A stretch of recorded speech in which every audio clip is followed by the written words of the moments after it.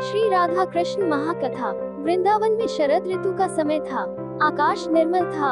यमुना का जल चंद्रमा की किरणों में चमक रहा था और गोवर्धन पर्वत के चारों ओर हरी भरी वनभूमि अपनी अद्भुत शोभा बिखेर रही थी। हर वर्ष की भांति इस बार भी ब्रजवासी देवराज इंद्र की पूजा की तैयारी कर रहे थे। गांव में उत्सव जैसा वातावरण था। घर घर में पकवान बन रहे थे, गायों को सजाया जा रहा था और ब्राह्मण वैदिक मंत्रों का उच्चारण कर रहे थे। नन्हे श्री कृष्ण ने ये सब देखा और मुस्कुराते हुए नंद बाबा के पास आए। उन्होंने विनम्रता से पूछा, पिताजी, यह उत्सव किस लिए मनाया जा रहा है? नंद बाबा ने प्रेम से उत्तर दिया, बेटा, हम देवराज इंद्र की पूजा करते हैं। वे वर्षा करते हैं जिससे हमारी खेती होती है, गौओं के लिए चारा उगता है और हमारा जीवन चलता है। श्री कृष्ण कुछ क्षण मौन रहे, फिर बोले, पिताजी, वर्षा प्रकृति के नियमों के अनुसार होती है। हमारा जीवन तो गौमाता, गोवर्धन पर्वत, यमुना और इन वनों की कृपा से चलता है। क्या हमें उन सब के प्रति भी कृतज्ञ नहीं होना चाहिए जो प्रतिदिन हमारा पालन करते हैं? नंद बाबा ने ध्यान से श्री कृष्ण की बात सुनी। ब्रज के अन्य गोप भी वहाँ एकत्र हो गए। श्री कृष्ण ने आगे कहा, गोवर्धन पर्वत हमें हरी घास देता है, हमारी गायों को भोजन मिलता है, यमुना हमें जल देती है, वृक्ष हमें फल और छाया देते हैं। इसलिए आज हमें गोवर्धन पर्वत, गौमाता और प्रकृति का सम्मान करना चाहिए। ब्रजवासियों को श्री कृष्ण की बात उचित लगी। उन्होंने निश्चय किया कि इस बार वे गोवर्धन पर्वत की पूजा करेंगे। अगले दिन पूरे ब्रज में भव्य उत्सव मनाया गया। सैकड़ों प्रकार के व्यंजन बनाए गए।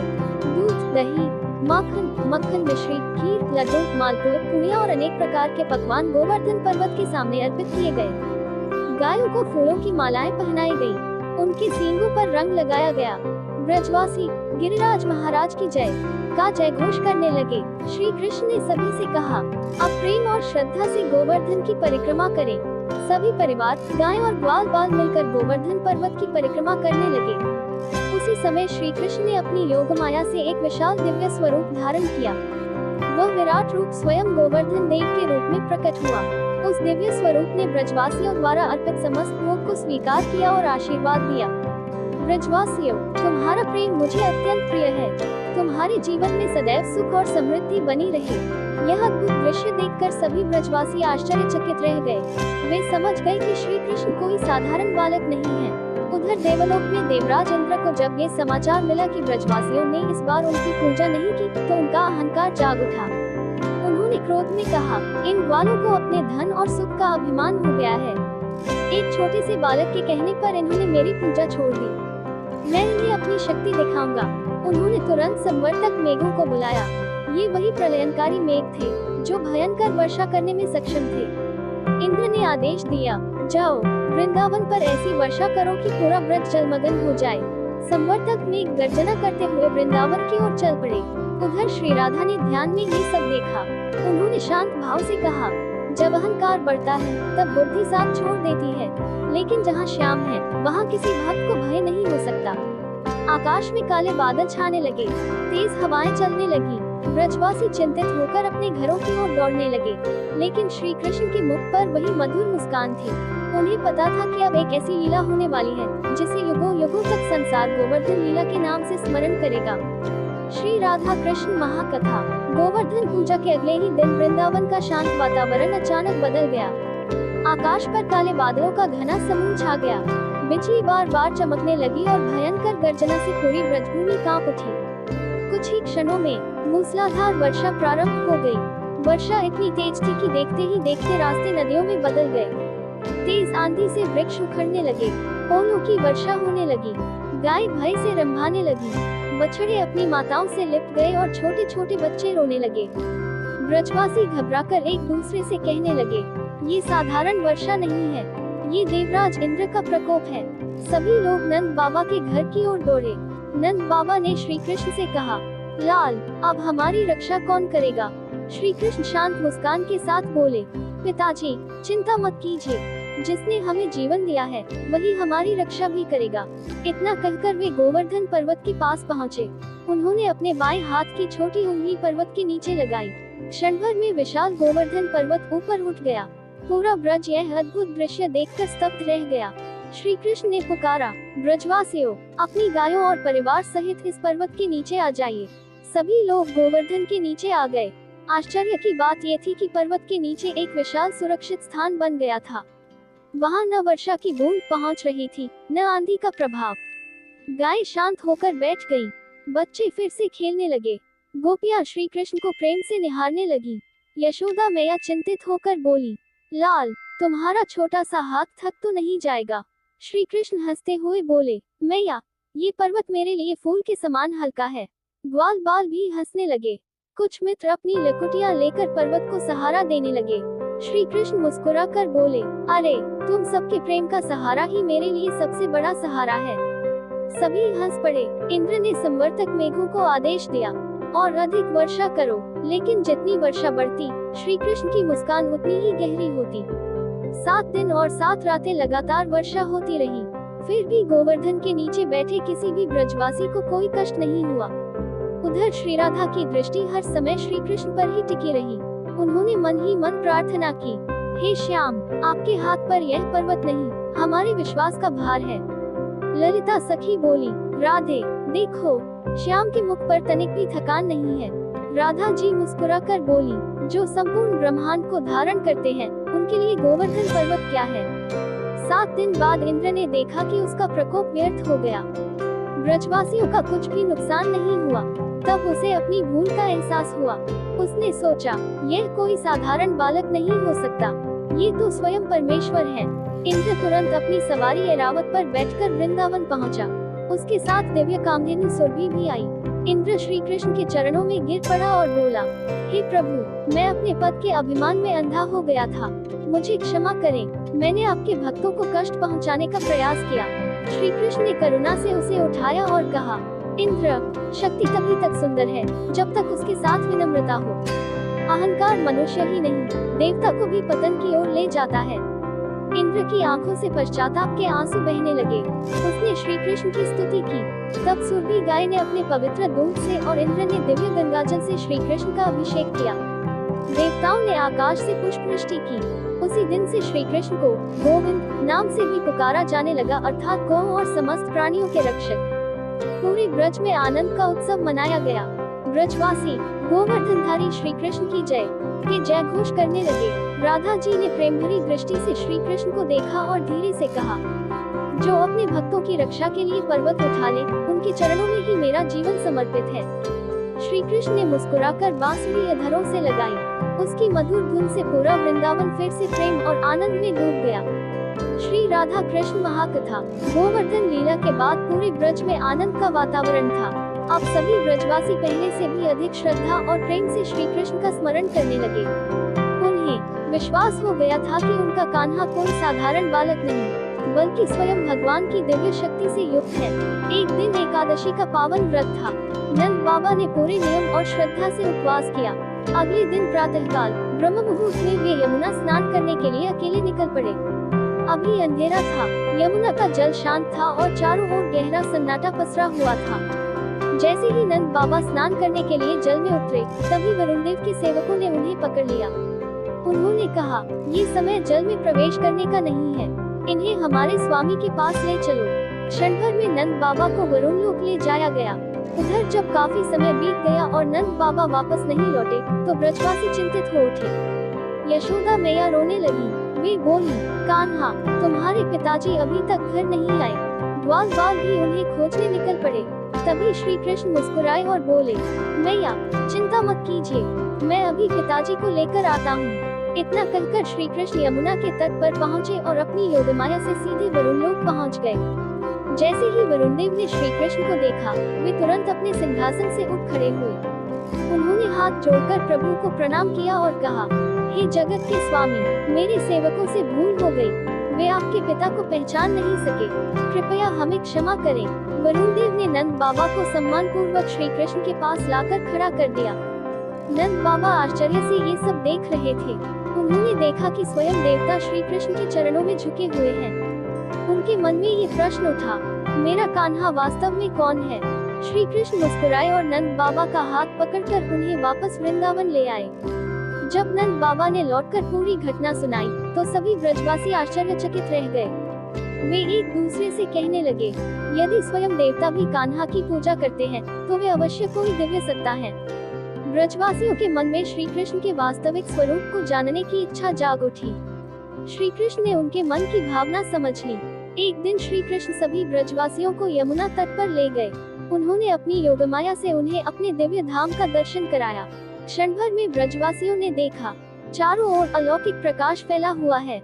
दिव्य महल, कल्प वृक्ष, कामधेनु गौएं और अनंत आनंद से भरा परम धाम दिखाई दे रहा है। वहाँ कोई दुख नहीं था, कोई भय नहीं था, सिर्फ प्रेम, शांति और भगवान की दिव्य उपस्थिति थी। ब्रजवासियों ने देखा कि वही श्री कृष्ण, जिन्हें वे अपना कान्हा समझते हैं, वास्तव में समस्त सृष्टि के पालनहार हैं। कुछ ही क्षण बाद वह दिव्य दृश्य अदृश्य हो गया। सभी ब्रजवासी भाव विभोर होकर श्री कृष्ण के चरणों में गिर पड़े। नंद बाबा बोले, लाल, हमारे लिए तुम चाहे भगवान हो या हमारे पुत्र, तुम सदैव हमारे हृदय के प्राण रहोगे। श्री कृष्ण ने प्रेम से उत्तर दिया, पिताजी, मुझे सबसे अधिक प्रिय आपका यही निष्कपट प्रेम है। उधर श्री राधा ने ध्यान में ये पूरी लीला देखी। उन्होंने अपनी सखियों से कहा, जो भगवान को केवल उनके ऐश्वर्य से देखते हैं, उन्हें ईश्वर मिलते हैं, लेकिन जो उन्हें प्रेम से देखते हैं, उन्हें अपना श्याम मिल जाता है। सखियां राधे श्याम का कीर्तन करने लगी। वृंदावन की हवाएं फिर से बांसुरी की मधुर धुन से गूंज उठी। देवताओं ने आकाश से पुष्पवृष्टि की और कहा, धन्य है ब्रजभूमि, जहाँ स्वयं परमात्मा अपने भक्तों के साथ पुत्र, मित्र और प्रियतम बनकर लीला करते हैं। श्री राधा कृष्ण महाकथा। शरद पूर्णिमा की पावन रात्रि थी। आकाश में पूर्ण चंद्रमा अपनी शीतल चांदनी बिखेर रहा था। यमुना का जल चांदी की तरह चमक रहा था। कदम, तमाल और वृंदावन के वन सुगंधित पुष्पों से महक रहे थे। मंद मंद बहती हवा पूरे वातावरण को दिव्यता से भर रही थी। ये वह रात्रि थी जिसका देवता, ऋषि और सिद्धजन भी लंबे समय से प्रतीक्षा कर रहे थे। श्री कृष्ण ने उस रात अपनी दिव्य बांसुरी को अधरों से लगाया। पहली ही मधुर तान पूरे वृंदावन में गूंज उठी। वह केवल संगीत नहीं था, बल्कि प्रेम, भक्ति और आत्मा के परमात्मा की ओर आकर्षण का दिव्य आह्वान था। जिस जिस भक्त के हृदय में श्री कृष्ण के प्रति निष्काम प्रेम था, उसने उस बांसुरी की धुन को अपने अंतर में अनुभव किया। गोपियां अपने अपने कार्यों में लगी थीं, लेकिन जैसे ही उन्होंने वह दिव्य स्वर सुना, उनका मन भगवान की ओर खींच गया। वे सब कुछ भगवान को समर्पित करके वृंदावन की ओर चल पड़ी। उनके मन में केवल एक ही भावना थी, हमारे जीवन का सबसे बड़ा धन प्रभु की भक्ति और उनके दर्शन है। उधर बरसाना में श्री राधा ने भी बांसुरी की वह मधुर धुन सुनी। उनके मुख पर अलौकिक मुस्कान छा गई। उन्होंने अपनी सखियों ललिता, विशाखा, चंपकलता, चित्रा और तुंग विद्या से कहा, आज की यह रात्रि साधारण नहीं है। आज वृंदावन में प्रेम का दिव्य उत्सव होने वाला है। सभी सखियां राधा जी के साथ वृंदावन पहुंची। श्री कृष्ण ने राधा जी को देखा और मधुर मुस्कान से उनका स्वागत किया।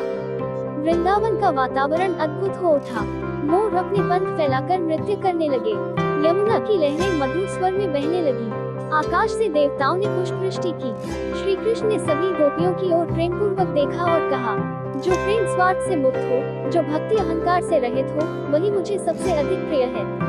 उन्होंने आगे कहा, सच्ची भक्ति का अर्थ संसार के कर्तव्यों का त्याग नहीं, बल्कि हर कर्म को ईश्वर को समर्पित भाव से करना है। सभी गोपियां ध्यानपूर्वक प्रभु के वचन सुनती रहीं। राधा जी ने कहा, प्रेम का अर्थ किसी पर अधिकार जमाना नहीं, बल्कि स्वयं को प्रभु की इच्छा में समर्पित कर देना है। श्री कृष्ण मुस्कुराए। उन्होंने कहा, राधे, तुम्हारा प्रेम ही भक्ति का सर्वोच्च स्वरूप है। इसके बाद श्री कृष्ण ने पुनः बांसुरी बजाई। पूरे वृंदावन में दिव्य आनंद की लहर दौड़ गई। कहा जाता है कि उस दिव्य लीला में प्रत्येक भक्त ने अपने हृदय में भगवान की उपस्थिति का अनुभव किया। रास केवल नृत्य नहीं था, बल्कि जीवात्मा और परमात्मा के मिलन का आध्यात्मिक प्रतीक था।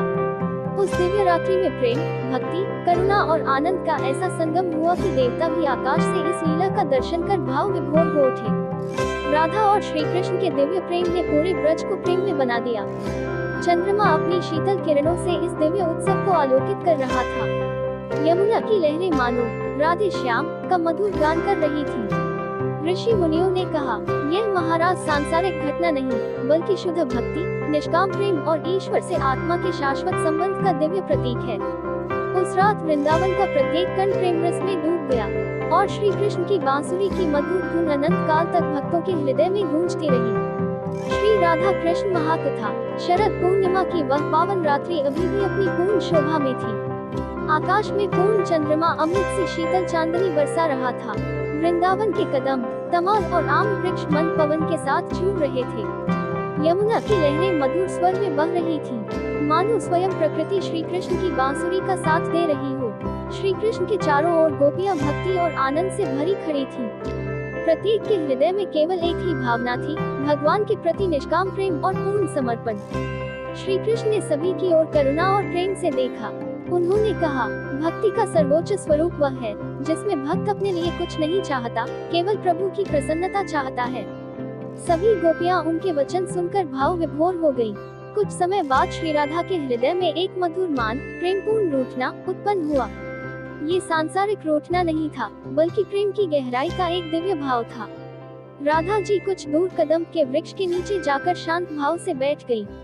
ललिता सखी ने पूछा, राधे, आप मौन क्यों हैं? राधा जी ने मुस्कुराकर उत्तर दिया, सच्चा प्रेम परीक्षा नहीं लेता, बल्कि समर्पण को और गहरा करता है। उधर श्री कृष्ण समझ गए कि राधा का ये भाव भी प्रेम की ही एक मधुर अभिव्यक्ति है। वे धीरे धीरे वहां पहुँचे और विनम्र स्वर में बोले, राधे, जहाँ प्रेम है वहाँ मान भी है, लेकिन जहाँ क्षमा है वही प्रेम पूर्ण होता है। राधा जी ने उनकी ओर देखा और उनके मुख पर फिर से मधुर मुस्कान खिल उठी। सखियां प्रसन्न होकर राधे श्याम का कीर्तन करने लगी। श्री कृष्ण ने सभी भक्तों को संबोधित करते हुए कहा, प्रेम का अर्थ किसी पर अधिकार नहीं, बल्कि उसके सुख में अपना सुख देखना है। उन्होंने आगे कहा, जो अपने अहंकार को छोड़कर विनम्रता अपनाता है, वही मेरे सबसे निकट आता है। राधा जी ने कहा, भक्ति का मार्ग कठिन नहीं है। यदि हृदय में प्रेम, सेवा और करुणा हो, तो हर श्वास भगवान का स्मरण बन जाती है। इन वचनों से सभी गोपियां और ब्रजवासी भाव विभोर हो उठे। इसके बाद श्री कृष्ण ने पुनः अपनी बांसुरी बजाई। पूरे वृंदावन में दिव्य आनंद की लहर दौड़ गई। कहा जाता है कि उस लीला में प्रत्येक भक्त ने अपने हृदय में भगवान की निकटता का अनुभव किया। देवता आकाश से पुष्प वृष्टि करने लगे, गंधर्व मधुर गीत गाने लगे, ऋषि मुनि ध्यान में इस लीला का स्मरण करने लगे। यमुना की लहरें भी मानो राधे श्याम का मधुर नाम गुनगुना रही थी।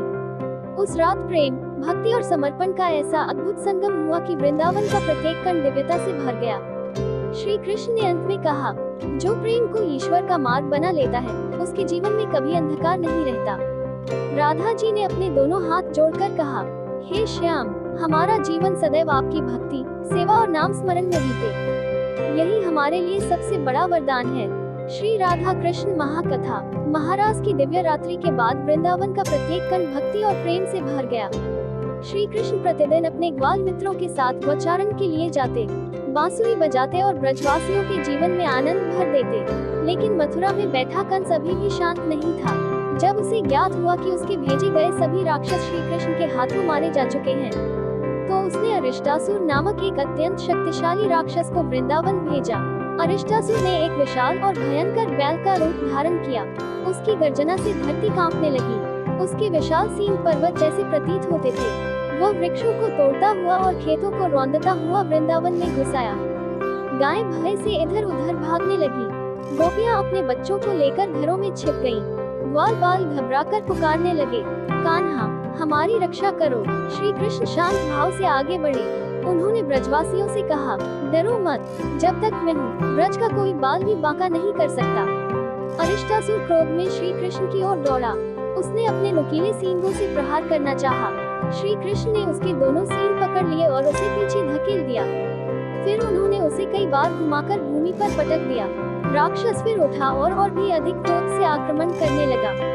इस बार श्री कृष्ण ने उसे बलपूर्वक धरती पर गिराया और उसके अहंकार का अंत कर दिया। क्षण भर में अरिष्टासुर का प्राणांत हो गया। आकाश से देवताओं ने पुष्प वृष्टि की। ब्रजवासी जय श्री कृष्ण का जय घोष करने लगे। इस घटना के बाद श्री राधा अपनी सखियों के साथ यमुना तट पर पहुंची। उन्होंने कहा, बाहरी राक्षसों से जीतना जितना आवश्यक है, उससे भी अधिक आवश्यक है अपने भीतर के अहंकार, क्रोध और लोभ पर विजय पाना। ललिता सखी ने पूछा, राधे, क्या यही सच्ची भक्ति है? राधा जी मुस्कुराकर बोली, हाँ, जब मन निर्मल हो जाता है, तब उसमें स्वयं श्री कृष्ण का निवास होता है। उसी समय श्री कृष्ण वहाँ आए और बांसुरी बजाने लगे। उसकी मधुर धुन सुनकर मोर नृत्य करने लगे। गायें शांत होकर बैठ गईं और यमुना की लहरें भी मानो संगीत में झूमने लगीं। श्री कृष्ण ने कहा, जो अपने भीतर के अहंकार रूपी अरिष्टासुर को जीत लेता है, वही सच्चे अर्थों में भगवान के निकट पहुंचता है।